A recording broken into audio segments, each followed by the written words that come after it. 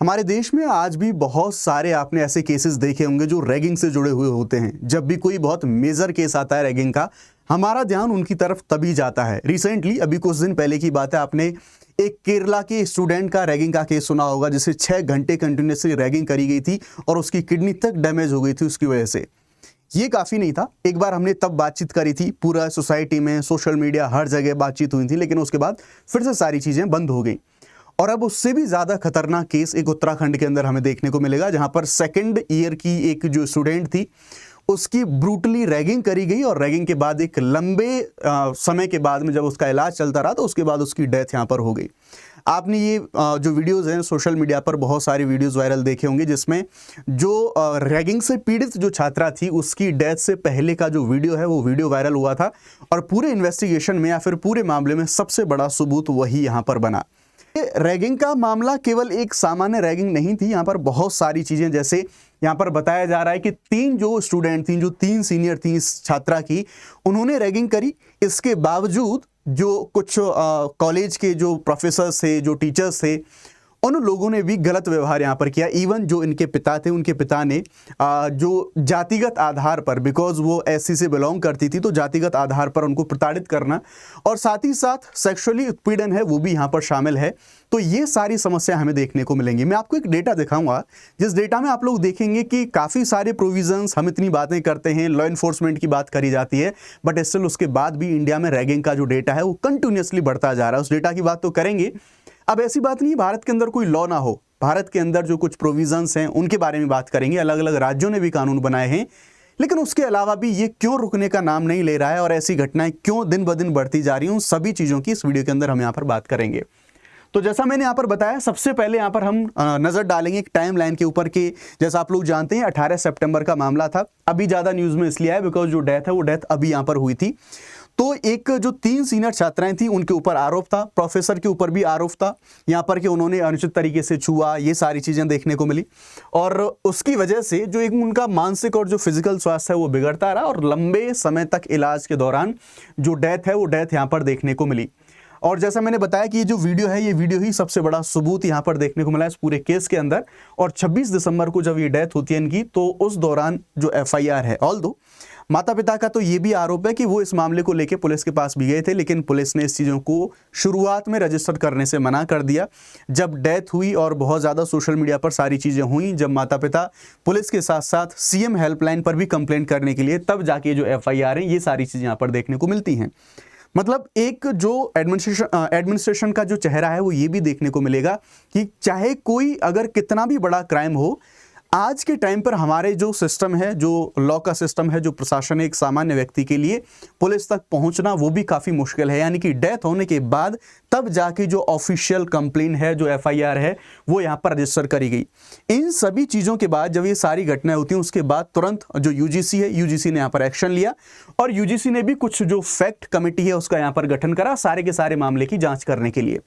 आइए समझते हैं, थोड़ा सा यहाँ पर ये नज़र डालते हैं कि इंडिया के अंदर रैगिंग को लेके हमारे पास जो कानूनी ढांचा है वो क्या है।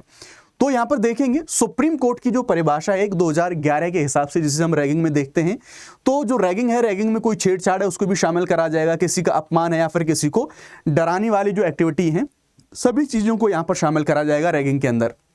ऑब्जेक्ट क्या होता है? तो दरअसल कुछ लोग सैडिस्टिक टाइप के होते हैं, वो इसी चीज़ में आनंद ले रहे होते हैं, दूसरों को डराने में, धमकाने में, दूसरों को प्रताड़ित करने में। वो लोग इन्हीं चीज़ों को एंजॉय कर रहे हैं। और साथ ही साथ जो सीनियर्स होते हैं उनकी जो साइकोलॉजी होती है कि जो जूनियर्स हैं उनके ऊपर डोमिनेंस दिखाना, अपना जो पावर है, शक्ति का प्रदर्शन करना, वैसी सारी चीज़ें, इस वजह से रैगिंग है वो यहाँ पर करी जाती है। अब सुप्रीम कोर्ट ये कहता है 2011 की उसकी जो डेफिनेशन है उसके अकॉर्डिंगली कि अगर किसी छात्र के साथ में रैगिंग होती है तो ऐसी कंडीशन वो आर्टिकल 21 यानी कि जो डिग्निफाई जो लाइफ उसको मिलती है और राइट टू लाइफ उसको मिलता है, उसका वायलेशन है इस 2011 की डेफिनेशन के अकॉर्डिंगली। अब क्या इसको रोकने के लिए हमारे पास कुछ प्रोविजंस हैं, क्या कुछ गाइडलाइंस हैं, तो आइए उनके बारे में बात करते हैं। तो यहाँ पर कुछ डायरेक्शंस हैं, सुप्रीम कोर्ट ने डायरेक्शंस दिए थे, तो इनमें यहाँ पर बोला गया कि हर एक इंस्टीट्यूशन के अंदर, हर एक कॉलेज यूनिवर्सिटी के अंदर एक एंटी रैगिंग जो कमेटी है वो यहाँ पर होगी, वो अनिवार्य होगा यहाँ पर। और अगर कोई गंभीर मामला होता है रैगिंग का, अगर कोई कॉग्निजेबल ऑफेंस होता है, यानी कि जिसे हम कहेंगे जो संज्ञेय अपराध है, अगर ऐसी कंडीशन बनती है तो फिर उस अपराध की पुलिस को सूचना देना ये मैंडेटरी है, ये अनिवार्य हो जाता है। साथ ही साथ अगर रैगिंग को रोकने में कोई भी इंस्टीट्यूशन फेल होता है तो ये पूरी तरह से यहां पर रिस्पॉन्सिबिलिटी मानी जाएगी उस इंस्टीट्यूशन की जिस इंस्टीट्यूशन में ये रैगिंग यहां पर हो रही है। अब इसके लिए एक जो हम देखेंगे कि एक जो सीबीआई के डायरेक्टर थे राघवन साहब, उनकी अध्यक्षता में 2009 के अंदर एक कमेटी का गठन करा गया था और उस कमेटी का काम था कि वो पूरा स्टडी करेगी रैगिंग के मामले में, उनको रोकने के लिए अपने कुछ डायरेक्शंस हैं उनको प्रोवाइड कराएगी। उस कमेटी ने अपने कुछ डायरेक्शंस दिए थे और उनके बेसिस पर ये सारी जो गाइडलाइंस है यूजीसी के द्वारा गाइडलाइंस को यहाँ पर दिया गया था। जैसे मैंने आपको यहाँ पर बताया, ये केस इंपॉर्टेंट है तो आप इसका नाम ध्यान रख सकते हैं, विश्व जागृति मिशन। इस केस में 2001 के अंदर सुप्रीम कोर्ट ने यहां पर बोला था कि जो रैगिंग है वो जूनियर से छेड़छाड़, अपमान, रूखा व्यवहार, डर, मानसिक क्षति, असुविधा ये पैदा करने वाले सारे कृत्य यहां पर शामिल होंगे। क्यों करते हैं, इनका उद्देश्य मैं आपको ऑलरेडी यहां पर बता चुका हूं। जो निर्देश दिए गए, एंटी रैगिंग या फिर प्रोक्टोरियल जो कमेटी होगी वो बनाई जाएगी सभी इंस्टीट्यूशन में, और जैसा पुलिस को सूचना देने वाली बात है वो सारी चीजें मैं आपको ऑलरेडी बता चुका हूं। 2009 में जो पूर्व सीबीआई के जो डायरेक्टर थे राघवन साहब, एक कमेटी गठित होती है और उनका काम था कि जो ऐसी सिफारिश दें, ऐसी स्टडी करें जिससे कि जो रैगिंग जैसी चीजें हैं उनको यहां पर रोका जा सके। जब उन्होंने अपनी सारी कुछ रिकमेंडेशंस दी तो उसके बाद 2009 में ही यूजीसी इन सारे के सारे जो कुछ जो यूजीसी रैगिंग निषेध जो रेगुलेशंस हैं वो रेगुलेशंस जारी करे गए यूजीसी के द्वारा, और इसमें चाहे मौखिक रूप से हो, छेड़छाड़ हो, शारीरिक मानसिक क्षति हो, शर्म, भय, ये सारी चीजों को यहां पर शामिल करा गया। और यौन और पहचान आधारित जो उत्पीड़न है इसको शामिल करा गया 2016 में, जो यहां पर एक अमेंडमेंट आता है इस रेगुलेशंस के अंदर। और यहां पर अगर कोई भी यौन अभिविन्यास होता है और उसके आधार पर अगर कोई भी सीनियर या फिर कोई टीचर अगर कोई रैगिंग जैसी चीजें देखने को मिलती हैं तो वो भी एक तरीके से उत्पीड़न में यानी कि क्राइम के अंतर्गत आएगा सीधा सीधा। अब जो इंस्टीट्यूशंस हैं उनके क्या दायित्व रखे गए हैं, उनकी क्या रिस्पॉन्सिबिलिटीज बनती हैं, उनकी अकाउंटेबिलिटी को फिक्स कैसे करने की कोशिश करी गई है, तो जीरो टॉलरेंस पॉलिसी लाई गई है, यानी कि इसको पब्लिकली डिक्लेयर करा गया है कि जीरो टॉलरेंस होगा। लेकिन अभी मैं आपको जब डेटा दिखाऊंगा तो ये जीरो टॉलरेंस आपको केवल कहने वाली बात आपको देखने को मिलेगी।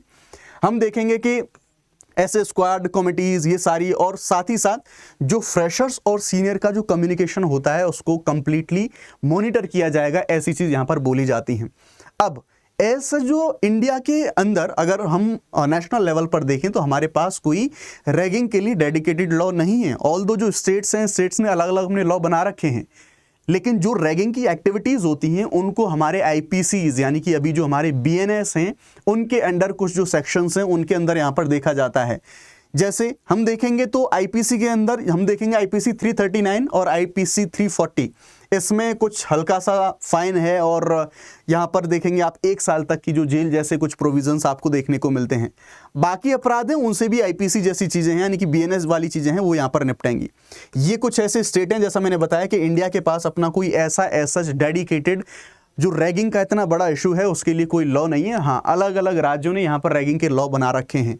अब इन रैगिंग के लॉस के बावजूद भी, इवन जैसे मान लो उत्तराखंड में केस हुआ, उत्तराखंड में भी रैगिंग का लॉ था, बट स्टिल उसके बाद भी आप एक बार रैगिंग से जो जुड़े हुए क्राइम हैं उन पर आप एक बार नजर डालिए।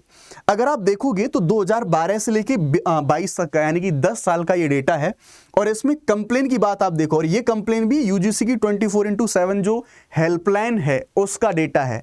अब इसमें भी आपको वेरिएशन देखने को मिलेगा, बिकॉज जितने भी रैगिंग के केस होते हैं वो सारे तो रजिस्टर नहीं हो पाते, वो सारी की तो कंप्लेन नहीं हो पाती, क्योंकि लोग डरे हुए होते हैं, जो जूनियर्स होते हैं, नए नए होते हैं, वो ज़बरदस्ती नहीं जो भिड़ना चाहते अपने जो सीनियर्स होते हैं उन लोगों से।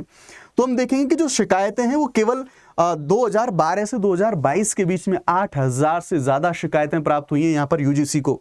इतना ही नहीं, अगर आप इसमें स्पाइक देखोगे तो 10 साल में जो शिकायतों की वृद्धि हुई है वो 208%, इतनी बड़ी वृद्धि देखने को मिली है, यानी कि 358 से 1103 2022 तक इतना बड़ा गैप यहाँ पर देखने को मिलता है।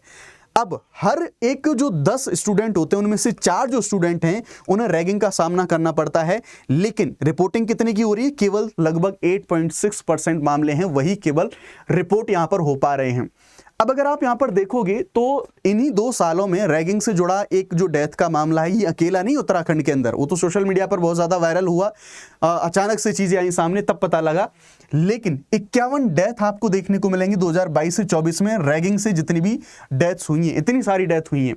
और एक जो सबसे ज़्यादा हॉटस्पॉट देखने को मिलता है वो है जो मेडिकल कॉलेजेस हैं, अकेले मेडिकल कॉलेजेस 38.6% जो शिकायतें हैं वो मेडिकल कॉलेजेस से आती हैं, यानी कि मेडिकल कॉलेजेस रैगिंग के लिए ज़्यादा वल्नरेबल हैं।